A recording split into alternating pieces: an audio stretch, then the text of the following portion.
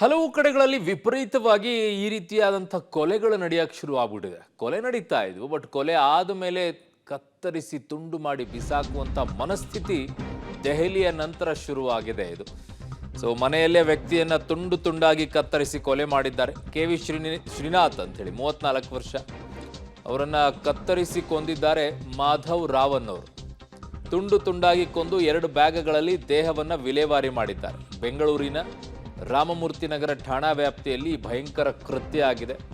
ಯಾಕೆ ಕೊಲೆ ಆಗಿದೆ ಏನು ಅನ್ನುವಂಥ ಡೀಟೇಲ್ಸನ್ನು ಕೂಡ ನಿಮ್ಗೆ ಹೇಳ್ತೀವಿ. ದೆಹಲಿಯಲ್ಲಿ ಆ ರೀತಿಯಾಗಿ ತುಂಡು ತುಂಡಾಗಿ ಕತ್ತರಿಸಿದ ನಂತರ ಏನು ಪ್ರಕರಣಗಳು ಬರ್ತಾ ಇದೆ, ಅತಿ ಹೆಚ್ಚಾಗಿ ಈ ಪ್ರಕರಣಗಳು ಜಾಸ್ತಿ ಆಗ್ತಾ ಇದೆ. ಈ ರೀತಿಯಾಗಿ ತುಂಡು ಕತ್ತರಿಸೋದು, ಅಲ್ಲಲ್ಲಿ ವಿಲೇವಾರಿ ಮಾಡೋದು, ಕಣ್ಣಲ್ಲೆಲ್ಲ ಬಿಸಾಕೋದು, ಇವುಗಳು ತುಂಬ ಹೆಚ್ಚಾಗ್ತಾ ಇದೆ ಇತ್ತೀಚೆಗಂತೂ ಪ್ರಕರಣಗಳು. ನೋಡಿ ಅಲ್ಲಿ ಬ್ಯಾಗ್ಗಳಲ್ಲಿ ವಿಲೇವಾರಿಯನ್ನು ಮಾಡ್ತಾ ಇರೋದು ತುಂಡಾಗಿ ಕತ್ತರಿಸಿ. 34 ವರ್ಷದ KV ಶ್ರೀನಾಥ್ ಅನ್ನೋರನ್ನ ಕೊಂದು ಅವರ ಬಾಡಿಯನ್ನು ಕತ್ತರಿಸಿ 2 ಬ್ಯಾಗ್ಗಳಲ್ಲಿ ದೇಹವನ್ನು ಬೇರೆ ಕಡೆಗೆ ವಿಲೇವಾರಿ ಮಾಡಿದ್ದಾರೆ. ಆ CCTV ಕ್ಯಾಮ್ರಾಗಳಲ್ಲಿ ಕಾಣಿಸ್ತಾ ಇದೆ ನೋಡಿ. KR ಪುರದಲ್ಲಿದು, ವಿಜಯನಾಪುರ ಅಂತ ಹೇಳಿ. ಅಲ್ಲಿ ಬ್ಯಾಗ್ಗಳಲ್ಲಿ ತುಂಬಿಕೊಂಡು ಬರ್ತಾನೆ ಒಂದು ಮನೆಯಿಂದ. ಯಾಕೆ ಏನು ಅನ್ನುವಂಥ ಡೀಟೇಲ್ಸನ್ನು ಹೇಳ್ತೀವಿ. ಸೊ ಬೆಂಗಳೂರಲ್ಲೂ ಕೂಡ ದೆಹಲಿ ಮಾದರಿಯಲ್ಲಿ ಈಗ ಭೀಕರ ಕಗ್ಗೊಲೆ ಆಗಿದೆ. ಎಲ್ಲಿ ಬಿಸಾಕಿದ್ದಾನೆ ಏನು ಅನ್ನುವಂಥದ್ದು.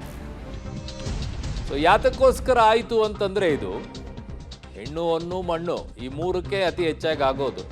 ಸೊ 5 ಲಕ್ಷ ಚೀಟಿ ಹಣ ಮೋಸ ಆಗಿದೆ ಅಂತ, ಜೊತೆಗೆ ಅಕ್ರಮ ಸಂಬಂಧ ಆರೋಪದಲ್ಲಿ ಈ ಕೊಲೆಯನ್ನು ಮಾಡಿರೋದು. ಮೇ 28ಕ್ಕೆ ಮನೆಯಿಂದ ಹೋಗಿ ನಾಪತ್ತೆ ಆಗಿರ್ತಾನೆ ಶ್ರೀನಾಥ್. ಮೇ 29ಕ್ಕೆ ಸಂಪಿಗೆಹಳ್ಳಿ ಠಾಣೆಗೆ ದೂರನ್ನು ನೀಡಿರ್ತಾರೆ ಪತ್ನಿ.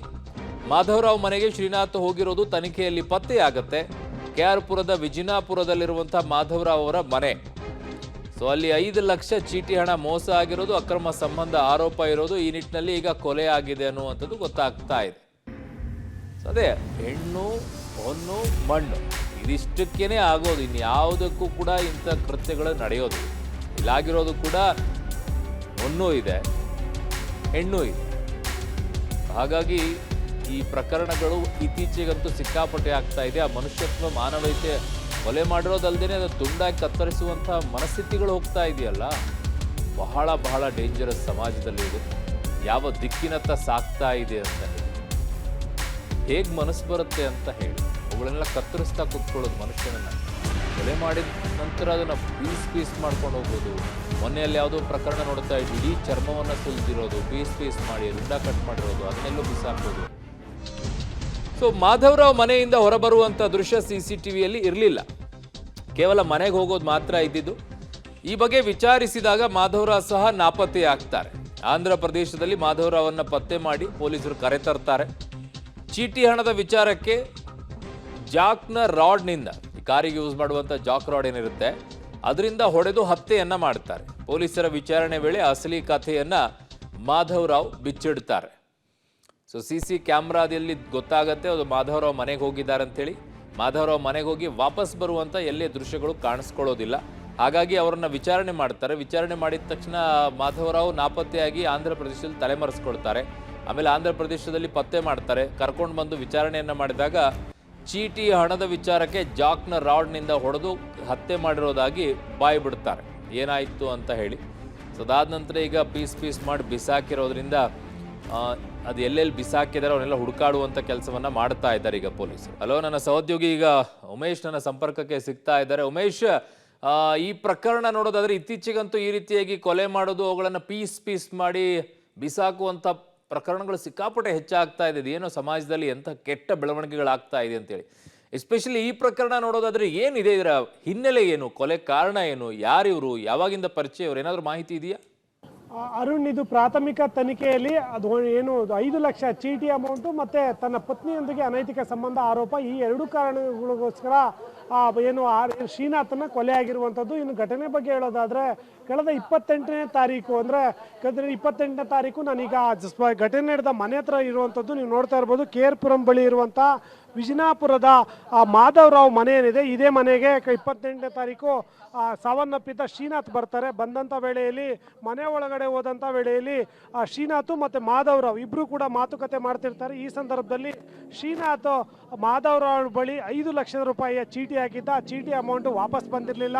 ಇದೇ ವಿಚಾರಕ್ಕೆ ಸಂಬಂಧಪಟ್ಟಂಗೆ ಇಬ್ಬರ ಮಧ್ಯೆ ವಾಗ್ವಾದ ಆಗುತ್ತೆ. ಆ ವಾಗ್ವಾದದ ಜೊತೆಗೆ ಮಾಧವರಾವ್ ಪತ್ನಿ ಜೊತೆಗೆ ಈತ ಸಲುಗೆ ಬೆಳೆಸ್ಕೊಂಡಿದ್ದ ಅನ್ನೋ ಆರೋಪ ಕೂಡ ಬರುತ್ತೆ. ಆ ವಿಚಾರಕ್ಕೆ ಇಬ್ಬರ ಮಧ್ಯೆ ವಾಗ್ವಾದ ನಡೆಯುತ್ತೆ. ವಾಗ್ವಾದ ನಡೆದ ನಂತರದಲ್ಲಿ ಈ ಮನೆಯ ಏನು ಗ್ರೌಂಡ್ ಫ್ಲೋರ್ ಏನಿದೆ, ಗ್ರೌಂಡ್ ಫ್ಲೋರಲ್ಲಿ ಮಾಧವರಾವ್ ಒಬ್ಬರೇ ವಾಸವಾಗಿರ್ತಾರೆ. ಅವರ ಪತ್ನಿನ ಕಳೆದ ವಾರವಷ್ಟೇ ಊರಿಗೆ ಕಳಿಸಿರ್ತಾರೆ. ಹಾಗಾಗಿ ಆತ ಮನೆಯಲ್ಲಿದ್ದಂಥ ವೇಳೆಯಲ್ಲಿ ಕಬ್ಬಿಣದ ರಾಡಿಂದ ಆತನ ತಲೆಗೆ ಏಕಾಏಕಿ ಹೊಡಿತಾನೆ.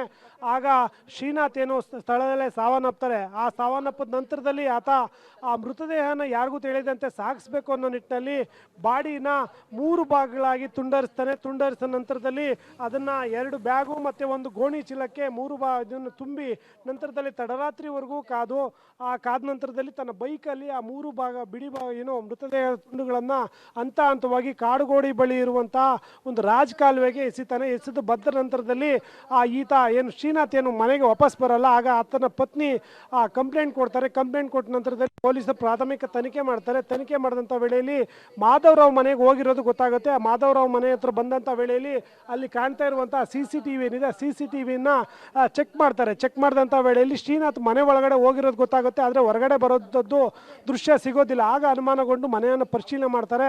ಪರಿಶೀಲನೆ ಮಾಡಿದಂಥ ವೇಳೆಯಲ್ಲಿ ಮನೆಯಲ್ಲೇ ರಕ್ತದ ಕಲೆಗಳು ಪತ್ತೆ ಆಗ್ತವೆ. ಪತ್ತೆ ಆದ ನಂತರದಲ್ಲಿ ಮಾಧವರಾವ್ ಎಲ್ಲೋದ್ರು ಅಂತ ಚೆಕ್ ಮಾಡಿದಂಥ ವೇಳೆಯಲ್ಲಿ ಆತ ಮೊಬೈಲ್ ಸ್ವಿಚ್ ಆಫ್ ಮಾಡ್ಕೊಂಡಿದ್ದ.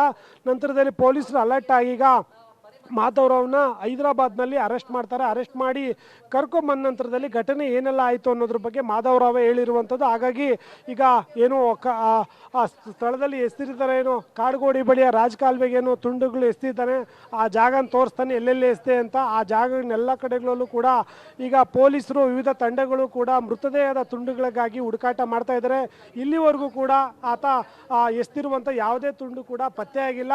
ಮತ್ತು ಈಗ ಪೊಲೀಸರು ಕೂಡ ರಾಮಮೂರ್ತಿ ನಗರ ಪೊಲೀಸರ ಹತ್ರನ ಬಂಧನ ಮಾಡಿ ಹಣದ ವಿಚಾರನ ಅಥವಾ ತನ್ನ ಪತ್ನಿಯೊಂದಿಗೆ ಸಲಿಗೆ ಬೆಳೆಸಿದ್ದೇ ಈ ಕೊಲೆಗೆ ಕಾರಣ ಆಯಿತಾ ಅನ್ನೋದ್ರ ಬಗ್ಗೆ ತನಿಖೆ ನಡೆಸ್ತಾ ಇರುವಂಥದ್ದು. ಅರುಣ್.